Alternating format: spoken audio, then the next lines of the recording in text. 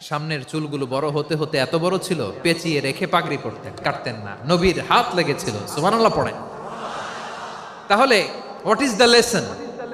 Moral of the story কি? Moral of the story হচ্ছে, আসছিল বিকৃত করার জন্য, হয়ে গেল মসজিদুল হারামের মুয়াজ্জিন। দেখেন বিশ্বনবী একটা খারাপ সিচুয়েশনের মধ্যে থেকে কি ভালো জিনিস বের করে আনলেন। আমি যে শুরুতে বলেছি কিভাবে তিনি হিউম্যান রিসোর্সকে ডেভেলপ করেছেন, ম্যানেজ করেছেন। তিনি যে চৌকস ট্যালেন্ট হান্টার ছিল, দেখেন সবার মধ্যে থেকে এরে বাছাই করে মুয়াজ্জিন বানাই দিয়েছেন। সুবহানাল্লাহ পড়েন। তার মানে এই না সবাইরে ধরে ধরে উনি মুয়াজ্জিন বানাইছেন। যার যেই ট্যালেন্ট আছে তাকে ওই কাজে অ্যাসাইন করেছেন। যার যেই প্রতিভা আছে তার প্রতিভাকে ইসলামের কাজে লাগিয়েছেন। সুবহানাল্লাহ পড়েন। যায়েদ বিন সাবিত রাদিয়াল্লাহু তাআলা আনহু নাম শুনেছেন? যশোর কথা বেরোয় না। যদি জিগায় সালমান খানের নাম শুনছেন, সবাই হাত তুলবে, জি হুজুর শুনছি, মানে সব দেখা শেষ। সালমান খান, আমির খান, অমুক খান, সব খান মুখস্থ, কিন্তু যায়েদ বিন সাবিতের নাম মুখস্থ নাই মুসলমানদের। যেই সাহাবী মাথার সামনের চুল কাটে নাই, মসজিদুল হারামের মুয়াজ্জিন বানাইছেন বিশ্বনবী, সাহাবীর নাম কি?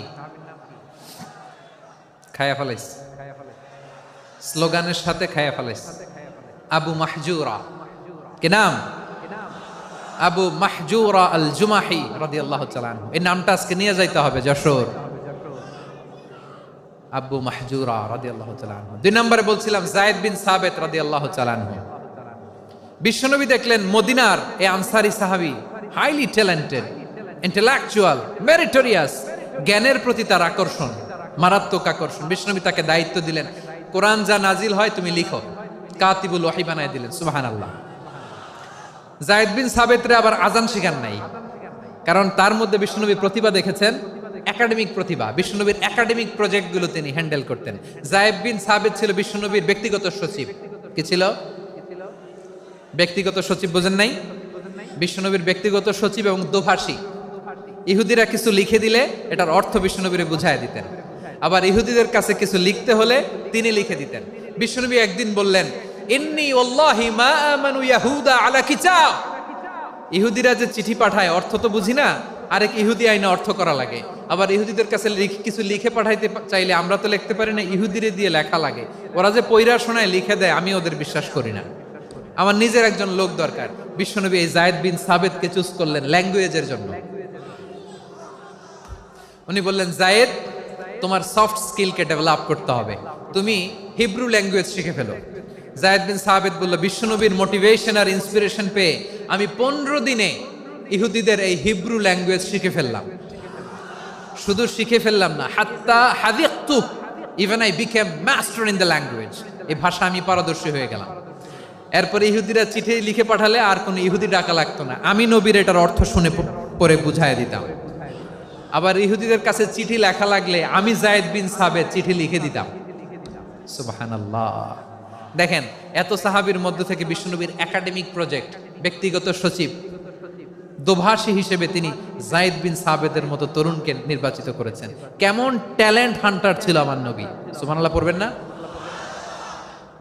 বিশ্বনবীর ইন্তেকালের পরে সাইয়েদনা আবু বকর রাদিয়াল্লাহু তাআলা আনহু যখন খলিফা হয়ে আসলেন, কোরআনকে সংকলনের দায়িত্ব দেয়া লাগবে, কোন সাহাবীকে দিবেন? সব সাহাবারা মিলে পরামর্শ করলেন। সাইয়েদনা আবু বকর, ওমর সবাই মিলে এই বিশাল কোরআন সংকলনের গুরু দায়িত্ব বিশ্বনবীর ব্যক্তিগত সচিব, বিশ্বনবীর দোভাষী, বিশ্বনবীর সিলেক্ট করাই লোক যায়েদ ইবনে সাবিত রাদিয়াল্লাহু তাআলা আনহুকে দিয়েছে। কোরআনের কপি তো আজকে এখানে রাখে নাই। এই যে আজকের যে কোরআন পড়েন, এটা আগে এরকম ছিল না।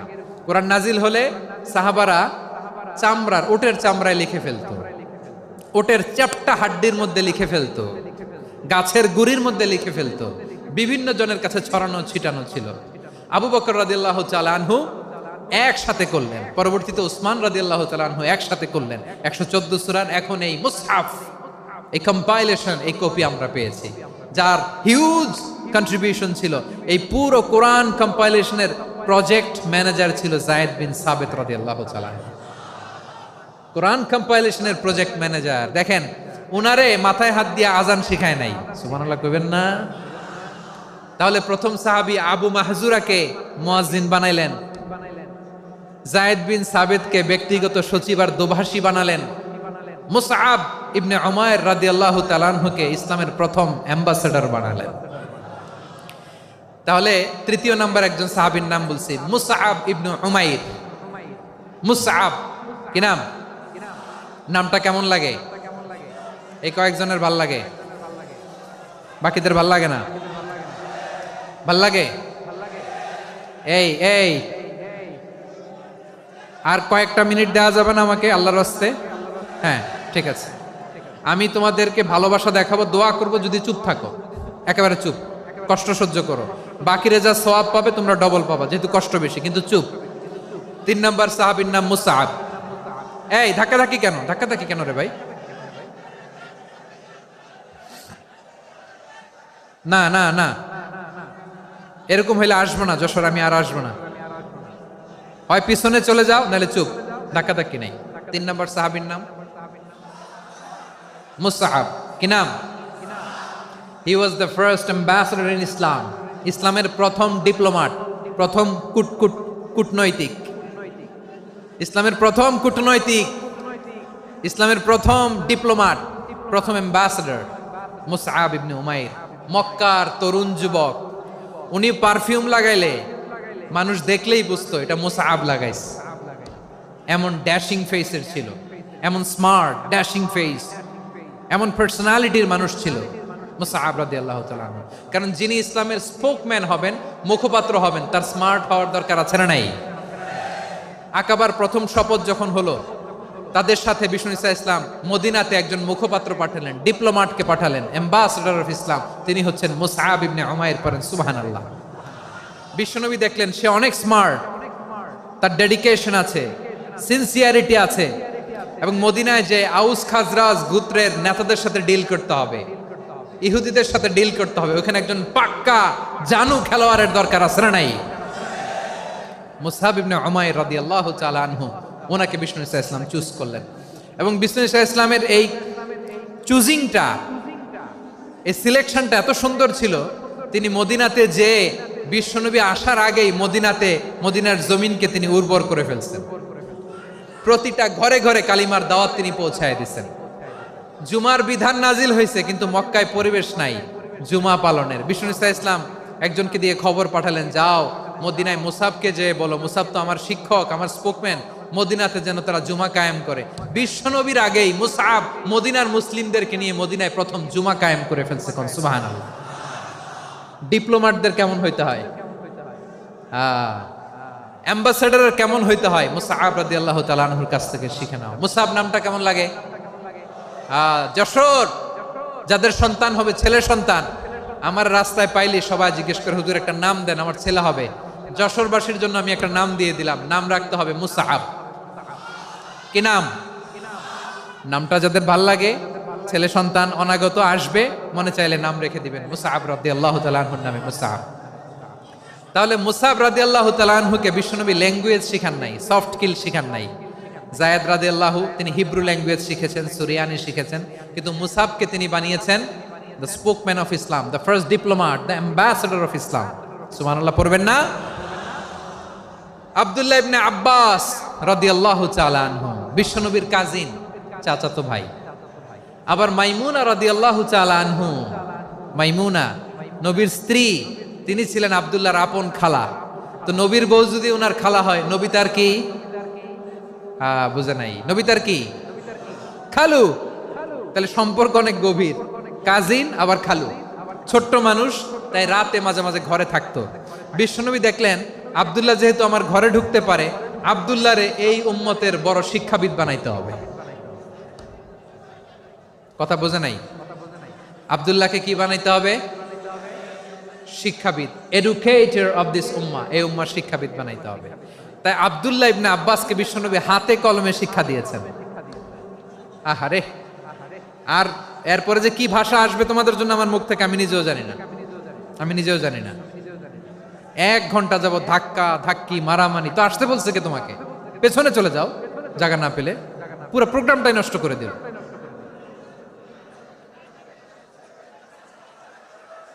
জি, আমার দিকে তাকান, আমি শেষ করে দিচ্ছি। হবে না, ইন্টেলেকচুয়াল আলোচনা এখানে হবে না, আমি বুঝতে পারছি, আমি শেষ করে দিচ্ছি।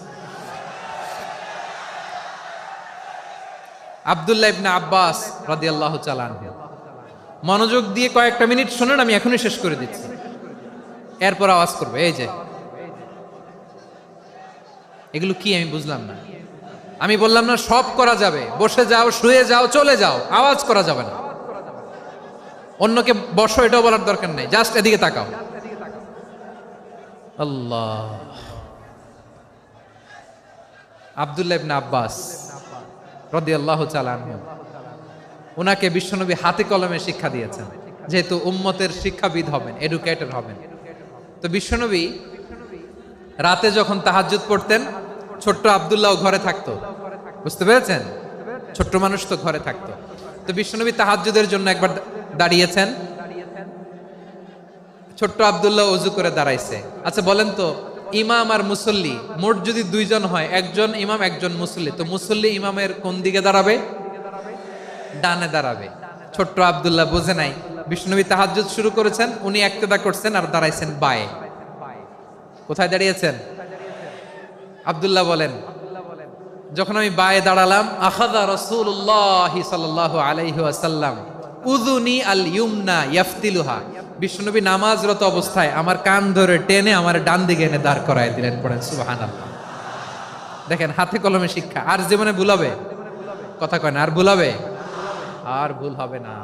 এভাবে বিশ্বনবীর অনেক সঙ্গ পেয়েছেন, সফর করেছেন, একই বাহনে বসেছেন, এক বাহনে বসে লম্বা নসিহত করেছেন, বলেছেন ইয়া গোলাম ইহফাজিল্লাহ ইয়াহফাজকা ইহফাজিল্লাহ তাজিদহু তুজাহাক ইযা সাআলতা ফাসআলিল্লাহ ওয়া ইযা ইসতাআনতা ফাসতাইন বিল্লাহ। আল্লাহর বিধান মানো, আল্লাহর বিধান রক্ষা করো, আল্লাহ তোমায় রক্ষা করবে। আব্দুল্লাহ, চাইতে হলে আল্লাহর কাছে চাও, সাহায্য চাইতে হলে আল্লাহর কাছে সাহায্য চাও। মনে রাখো, গোটা বিশ্বের সবাই যদি তোমার সাহায্য করতে চায়, ততটুকুই করতে পারবে যতটুকু আল্লাহ তোমার নসিবে রেখেছে। গোটা বিশ্ব যদি তোমার বিরুদ্ধে ষড়যন্ত্রে দাঁড়িয়ে যায়, ক্ষতি ততটুকু করতে পারবে যতটুকু তোমার জন্য বরাদ্দ আছে, এর বাইরে কিছু করতে পারবে না। আওয়াজ করে বলেন ঠিক কিনা? এভাবে হাতে কলমে শিখিয়েছেন, বিশ্বনবীর সঙ্গ পেয়েছেন। উনাকে বিষ্ণু ইসলাম শিক্ষাবিদ, এডুকেটর অফ দিস উম্মাহ হিসেবে সিলেক্ট করেছেন, হাতে কলমে শিখিয়েছেন। বিশ্বনবী একবার প্রকৃতির ডাকে সাড়া দিয়ে এসেছেন। এখন কি করতে হবে? নামাজের জন্য ওযু করতে হবে। বিশ্বনবী এসেই দেখেন ওযুর বদনায় পানি ভরা, খুশি হয়ে গেলেন, বললেন কে রেখেছে পানি? একজন বলল আব্দুল্লাহ রেখেছে। বিশ্বনবী অত্যন্ত খুশি হলেন, খুশি হয়ে একটা দোয়া করলেন, বললেন আল্লাহুম্মা ফাক্কিহু ফিদ্দীন ওয়া আল্লিমহু তা'ওয়ীল। আল্লাহ, তুমি আব্দুল্লাহকে দ্বীনের বুঝ দিও আর কোরআনের তাফসির শিক্ষা দিও। বিশ্বনবীর এই দোয়া এমন লাগছে, উনি রাইসুল মুফাসসিরিন, এই পৃথিবীতে যত মুফাসসির ছিল, যত মুফাসসির আসবে, সকল মুফাসসিরের সম্রাট হিসেবে স্বীকৃত হয়েছেন আব্দুল্লাহ ইবনে আব্বাস। বিশ্বনবী ওনারে আজান শিখান নাই, বিশ্বনবী ওনারে ল্যাঙ্গুয়েজ শিখান নাই, বিশ্বনবী ওনারে অ্যাম্বাসাডর বানান নাই, হাতে কলমে শিক্ষা দিয়েছেন। ছোট্ট মানুষ, বিশ্বনবী ইন্তেকাল করলেন, আবু বকরের সময় গেল, ওমরে ফারুকের খেলাফত, তখনও তিনি তরুণ। ওমরে ফারুক রাদিয়াল্লাহু তাআলা আনহু ওনার ক্যাবিনেট মিনিস্ট্রির বৈঠকে এই আব্দুল্লাহ ইবনে আব্বাসকে পাশ দিয়ে বসায় রাখতেন। বয়স্ক সাহাবারা এটা পছন্দ করতো না, তারা বলতো ঘটনা কি, আব্দুল্লাহর মতো ছেলে নাতি আমাদের আছে, এরা কেন রাখে? ওমরে ফারুক এটা টের পেলেন, তিনি বুঝতে পারলেন যে ক্যাবিনেট মেম্বাররা এটা পছন্দ করে না, ছোট্ট আব্দুল্লাহরা কেন রাখি, কেন যে রাখি এটা একদিন বুঝাবো। একদিন মিটিং এ তিনি সবাইকে বললেন ইযা জাআ নাসরুল্লাহি ওয়াল ফাতহ। এই আয়াত দ্বারা উদ্দেশ্য কি বলেন তো মুরব্বী সাহাবীরা? এক সাহাবী বলেন এই সূরা দ্বারা উদ্দেশ্য, আল্লাহ বলেছেন আমাদেরকে বিভিন্ন ল্যান্ড, বিভিন্ন এলাকা বিজয় করতে হবে। ওমরে ফারুক বললেন না, হয়নি। আরেকজন বললেন বিজয় হওয়ার পর আমাদের বেশি বেশি আল্লাহর বরত্বের ঘোষণা দিতে হবে, এটা উদ্দেশ্য। ওমরে ফারুক বললেন না, হয় নাই। যারে জিজ্ঞেস করেন কেউ পারে না। সব শেষে বিশ্বনবী ছোট্ট আব্দুল্লাহরে বলেন আব্দুল্লাহ ইদা জাআ নাসরুল্লাহি ওয়াল ফাত, এর দ্বারা উদ্দেশ্য কি বলো তো? ছোট্ট আব্দুল্লাহ বলেন হুয়া আজালু রাসূলিল্লাহ। এই আয়াত দ্বারা বিশ্বনবীর বিদায়কে উদ্দেশ্য নেওয়া হয়েছে। ওমরে ফারুক বললেন হাযা হুয়া, এটাই তো সঠিক উত্তর, এটাই সঠিক তাফসীর এই আয়াতের। কারণ ইদা জাআ নাসরুল্লাহি ওয়াল ফাত, যখন আল্লাহর সাহায্য আর বিজয় আসবে, ওয়া রাআইতান নাসা ইয়াদখুলুনা ফি দীনিল্লাহি আফওয়াজা, আপনি দেখবেন দলে দলে ঢলে ঢলে বানের পানির মতো মানুষ ইসলামের দিকে ঢুকতেছে, ইসলামের বিজয় হয়েছে। তো ইসলামের বিজয়ের মিশন নিয়ে নবী আসছে, বিজয়ী যখন হয়ে গেছে এখন তো নবীর বিদায় হবে। জোরে বলেন ঠিক কিনা? কোন সাহাবী এই সূক্ষ্ম কথাটা ধরতে পারে নাই, ওই আব্দুল্লাহ ছাড়া। আব্দুল্লাহ যখন উত্তর দিছে সব সাহাবীদের টনক নড়েছে। এরপর থেকে কোনো ক্যাবিনেট মিটিং এ আর কোনো সাহাবারা কোনো প্রশ্ন করে নাই। আওয়াজ করে পড়েন সুবহানাল্লাহ।